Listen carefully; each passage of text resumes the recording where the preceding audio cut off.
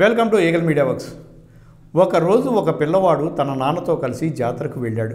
కొడుకును జాతర అంతా తిప్పి చూపించి సంతోషపరచాలని నాన్న ఆలోచన. జాతరలో మంచి బొమ్మలు వస్తువులు కొనుక్కొని తన స్నేహితులకు చూపించి నాన్న కొనిచ్చాడని చెప్పుకొని ఆనందం పొందాలని కొడుకు ఆలోచన.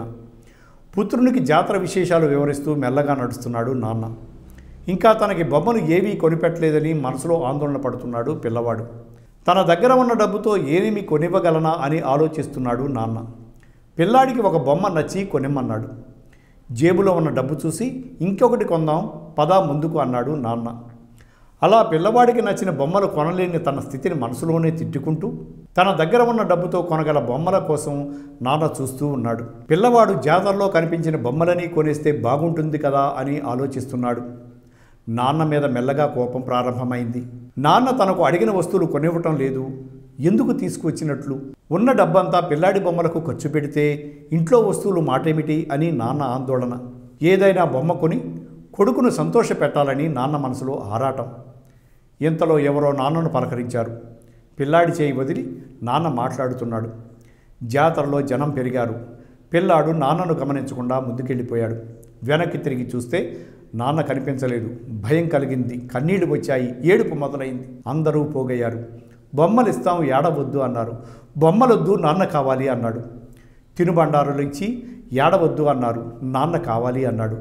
ఎవరు ఏమి చెప్పినా ఏడుపు ఆగలేదు. బొమ్మలు కొనివ్వలేదని మనసులో నాన్నను తిట్టుకున్న పిల్లవాడు బొమ్మల గురించి ఆలోచించటం లేదు. నాన్న కావాలి, నాన్న కావాలి అంటూ ఏడుస్తున్నాడు. కొడుకును వెతుక్కుంటూ చేరిన నాన్నను చూసి ఆనందంగా అక్కును చేరిపోయాడు ఆ పిల్లవాడు. బొమ్మలు కొందాం పదా అన్నాడు నాన్న.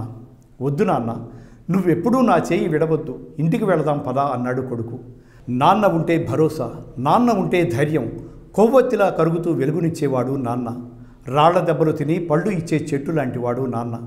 వేలు పట్టి నడిపించేవాడు, వేలు ఖర్చు పెట్టి చదివించేవాడు, మన విజయం కొరకు తప్పించేవాడు. కష్టాల గర్లాన్ని కంఠంలో దాచుకున్న శివుడు నా నాన్న. నాన్న చేసిన త్యాగాలు, నాన్న గొప్పతనం, నాన్న బాధ్యత ఎన్ని చెప్పుకున్నా తక్కువే నాన్న. మళ్ళీ బాల్యం వెనక్కి తీసుకునేలా అవకాశం వస్తే నీ మనసు నొప్పించకుండా నీ చేయి పట్టుకుని నడుస్తాను నాన్న. బిడ్డల్ని ప్రేమగా పెంచిన ప్రతి తల్లిదండ్రులకి ఈ వీడియో అంకితం. Thanks for watching eagle media works. Like and subscribe Eagle Media Works.